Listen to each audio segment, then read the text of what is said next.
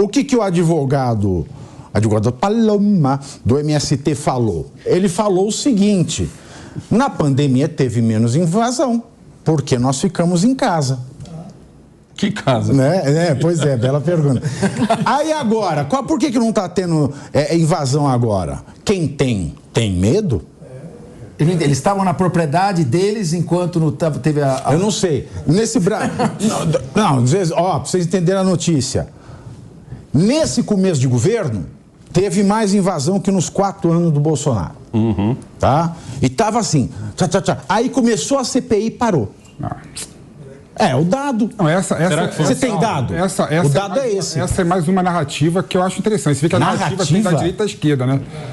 É a palavra do dia. Vamos lá. Primeiro é o seguinte. Narrativa é um levantamento sério. Assim, claro, de fato, quando você tem uma CPI que investiga o MST, né? Todas essas lideranças têm que se preparar para se defender. E aí tem que... parar as invasões. Também tem que parar as invasões. Mas antes disso, antes da instalação da CPI, é bom lembrar, né, que o MST é o calcanhar de Aquiles do governo Lula. É um do calcanhar de Aquiles do governo Lula, né? E o Lula, junto com o Paulinho Teixeira, que é o ministro responsável pelos assentamentos de organização fundiária, eles tentaram negociar com o MST e já ia reduzir automaticamente as invasões, né? Aí a direita vem com essa narrativa, dizendo que é por conta da CPI acabaram as invasões.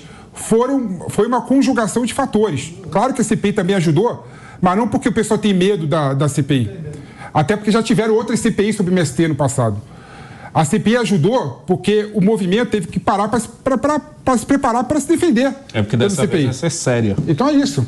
A outra não era séria? Dessa vez é séria. Eu acho que CPI normalmente nunca é séria, né? CPI é circo. Essa parece ser uma CPI que está adotando práticas investigativas. Está indo atrás do dinheiro, quem está financiando essas invasões, quem está recebendo dinheiro para fazer invasões, qual a origem das pessoas que estão invadindo, qual a natureza das terras que estão sendo invadidas, todas elas são terras produtivas, quem está financiando. Isso, quando você começa a ir atrás do dinheiro, aí assusta realmente. Quem está financiando para criar balbúrdia manda parar. Porque muitos daqueles que estão fazendo a invasão recebem dinheiro para isso, ou são simplesmente usados como instrumentos úteis de uma organização um pouco mais complexa, que quer atingir objetivos ideológicos, objetivos políticos, objetivos marxistas, de abolição da propriedade privada. Simples assim. E a CPI, quando ela passa a ter um enfoque técnico e não fica só em tititi de narrativas, querendo fazer esse debate superficial, ela incomoda. Porque quando você está montado numa narrativa mentirosa, quando o que interessa para você é a propagação de uma propagação de uma ideologia, quando você quer ir contra a Constituição Federal que garante a propriedade privada, tudo isso pode ser desmoronado quando se faz uma investigação buscando a origem financeira, quem está ganhando com isso, quem está pagando e qual o objetivo de quem está financiando. Ou seja, vai incomodar. E é por isso que pararam as invasões. Parou antes, Capês. Porque as pessoas estão com medo de serem descobertas. Mas o que já foi invadido, o que já foi pago, vai ser, não tem como ser escondido. Agora, desculpa, eu não entendi o que você falou, filho. Ele falou que parou antes. Parou antes. Isso aí. Parou antes. Veja, eu estou comentando. Quando teve a negociação. Estou comentando em cima da notícia. A notícia que ela diz o seguinte: foi feito um levantamento. Até a data da CPI teve X invasões. Depois da CPI caíram. Para um. Agora você está brigando com a notícia, então. Não, eu estou falando que se você fizer o mesmo levantamento, né, do abril vermelho lá, março vermelho, né, até a CPI, vão mostrar que houve a diminuição das invasões de terra. Agora, eu te digo o seguinte: com certeza absoluta. Se durante a pandemia não houve invasões, Sabe por quê? essas pessoas estavam onde? Se elas não têm propriedade, se elas são sem terra, Capês, e durante a pandemia não teve invasão de terra alheia, elas ficaram aonde? Em casa. Capês, então elas têm terra. Eu estou falando desse ano. Eu não sei, eles devem ser o aquático do He-Man. A questão é a redução da invasão do MST esse ano, no ano da pandemia. A discussão é essa. Então vamos lá. Esse ano foi uma loucura. O que eu estou falando é o seguinte. Deixa eu ver a notícia, então. Vamos ler a notícia, porque eu não estou vendo aqui. Eu estou corrigindo a notícia por uma questão de lógica.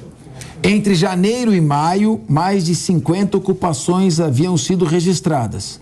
mas após o início da comissão, apenas uma invasão aconteceu. Essa notícia é verdadeira essa ou falsa? notícia aqui notícia é verdadeira ou falsa? Deixa eu falar uma coisa.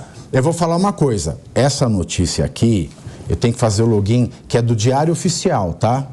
Tá. São dados do Diário Oficial. É uma notícia que saiu hoje, por favor, no jornal O Globo, na coluna da Malu Gaspar, tá? É a Malu Gaspar, do jornal O Globo, que está dizendo isso. Dizer que é fake news. Os números fazem parte do levantamento da CNA, tá?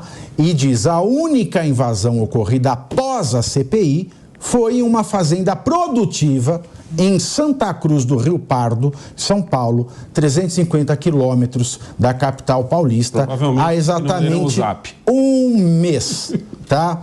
Um mês. Não leram o zap avisando que era para interromper. Aí ela diz aqui, entre janeiro e maio, então, abril vermelho, né, maio foi vermelho, né, foram registradas 56, tá? É aqui, notícia do Diário Oficial. Importante da fonte, com dados de um levantamento da CNA, não é a escola de inglês, é a Confederação. Nós somos comentaristas, a partir do momento que você põe um fato, cada comentarista extrai desse fato, livremente, democraticamente, a sua conclusão, com base na sua forma de pensar e com base em dados que possui.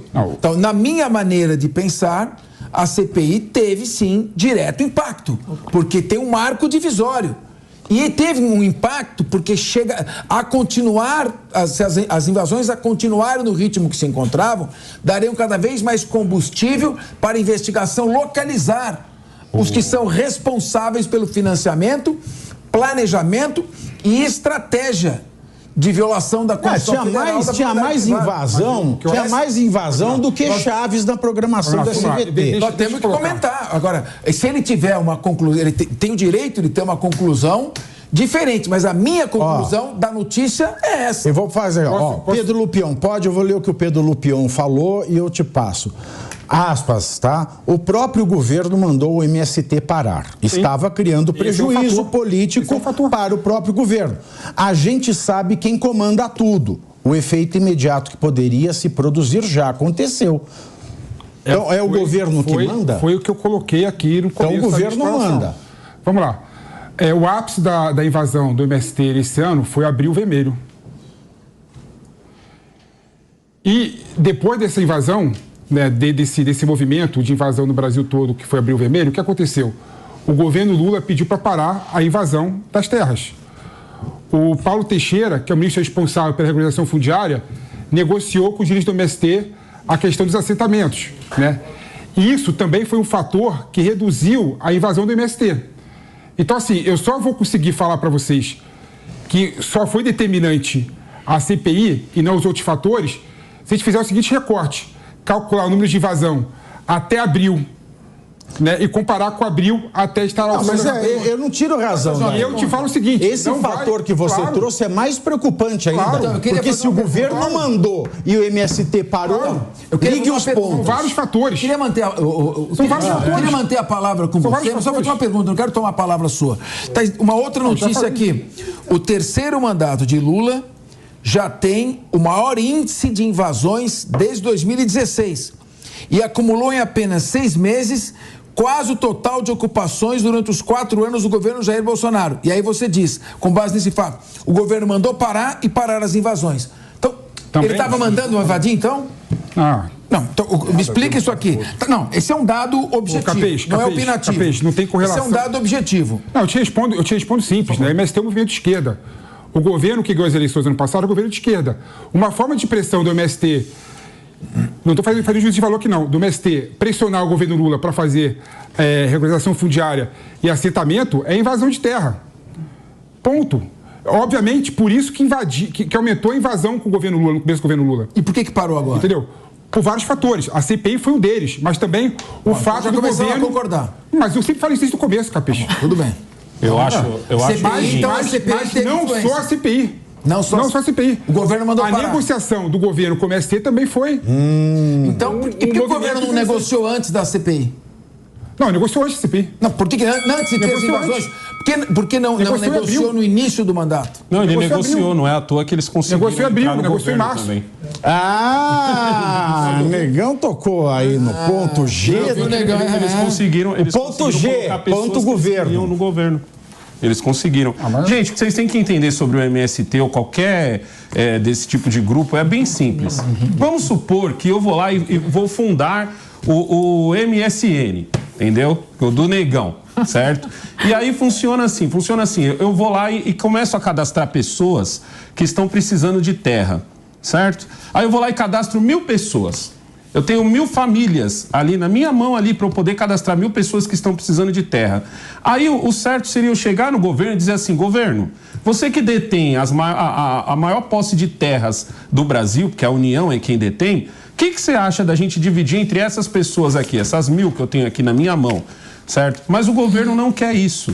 Essas pessoas também não querem isso. Por quê? Porque é legal você manter sempre a esperança dessas 1.000 pessoas. Então eu falo para elas assim, ó, por quê? Porque se eu invado uma terra da União, entendeu? A probabilidade de eu sair dali em 2 horas é enorme. Por isso é mais fácil invadir uma terra particular. Eu invado uma terra particular, tento pressionar o governo. Às vezes esse cara dessa terra particular, ele já está devendo, ele já está a fim de que o governo compre a terra dele. O próprio Lula uma vez falou sobre isso. Teve uma época que estava rolando tanta invasão e era tanta terra que ele estava comprando que ele chegou a pensar, lembra? Quem já viu essa entrevista do Lula, que ele chegou a pensar que o MST tinha alguma coisa com os fazendeiros e tal.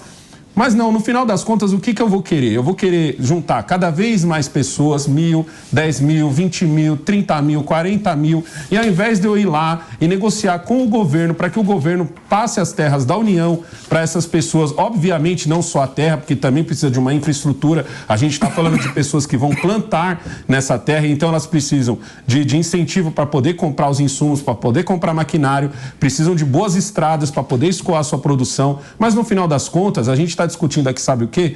Que nenhum dos dois lados querem fazer isso, nem o governo, nem as pessoas que fazem parte desse tipo de, principalmente a cúpula.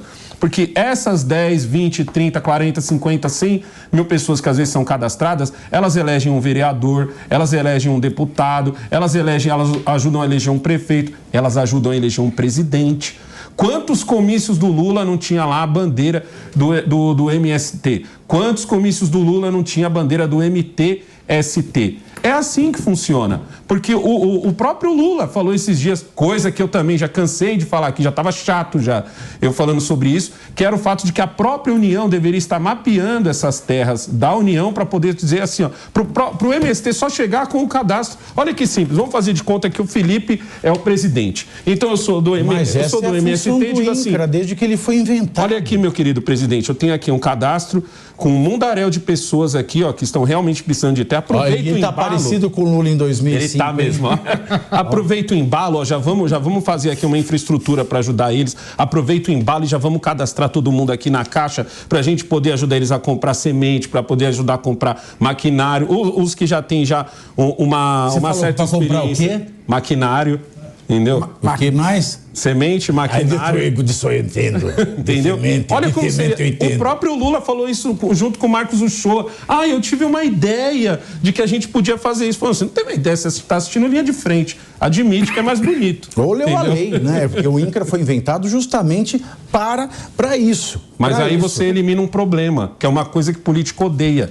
O político precisa de um problema, porque é o problema que faz ele ser candidato, o problema é que faz ele ser eleito. Não é uma solução. O político não precisa de solução para ser eleito, ele precisa de um problema, para ele poder ficar te prometendo a solução. E no final das contas, ele empurrar a solução para daqui 2 anos. Olha, a gente vai tentar essa solução, mas agora não dá, porque a gente precisa eleger esse camarada. Aí daqui 2 anos, de novo, daqui 2 anos, de novo. E quando você vai ver, gente aí sem terra há 10, 15, 20 anos. Lógico que um ou outro vai ser contemplado, um ou outro vai conseguir produzir, porque você precisa alimentar a esperança dos outros que estão chegando. Exato. Tem isso também. Ô, Negão, mas tu sabe qual é o problema nessa história toda? O MST ele foi criado em 1984 e a principal pauta deles era a reforma agrária. Era uma pauta legítima naquele período. A gente estava no período de abertura democrática, muitas terras que vinham da ditadura estavam lá improdutivas. E aí, como a gente sempre fala, e está em todos os jornais todos os dias, o setor agro foi crescendo, essas terras improdutivas foram diminuindo. E aí uma ala do MST, uma ala bem expressiva, se uniu à política. E aí acabou virando, sim, gostem ou não, um braço da esquerda. Tanto é que quando a gente está discutindo aqui no Linha de Frente, o Lula foi lá, o governo foi lá e pediu para o MST parar com as invasões, e o MST parou. Parou por quê? Porque aquela pauta ideológica lá de 1984, 1985, que era uma pauta de reforma agrária, de distribuição de terras, ela ficou completamente no limbo. Para quem não lembra, a primeira eleição que o presidente Lula perdeu, muito do motivo dele ter perdido aquela eleição é porque ele era o sapo barbudo invasor de terras. Isso daí, se tu olhar qualquer veículo de comunicação da época, tu vai encontrar esse tipo de imagem e do Lula, frases do Lula dizendo: tem terra ali, tem que invadir mesmo. Mas, reitero, o início do MST era um início ideológico que se perdeu completamente pelo caminho com a evolução do agro, com o agro puxando o PIB brasileiro. Hoje é um braço da esquerda e é um braço ideológico. Então, quando a gente percebe, aí quando os colegas aqui admitem que o governo foi lá, pediu para o MST parar de invadir e ele parou de invadir, é um movimento ideológico, é um braço da esquerda. Não tem mais nada de pauta de reforma agrária ou pauta para melhor distribuição de terra. São os camisas negras.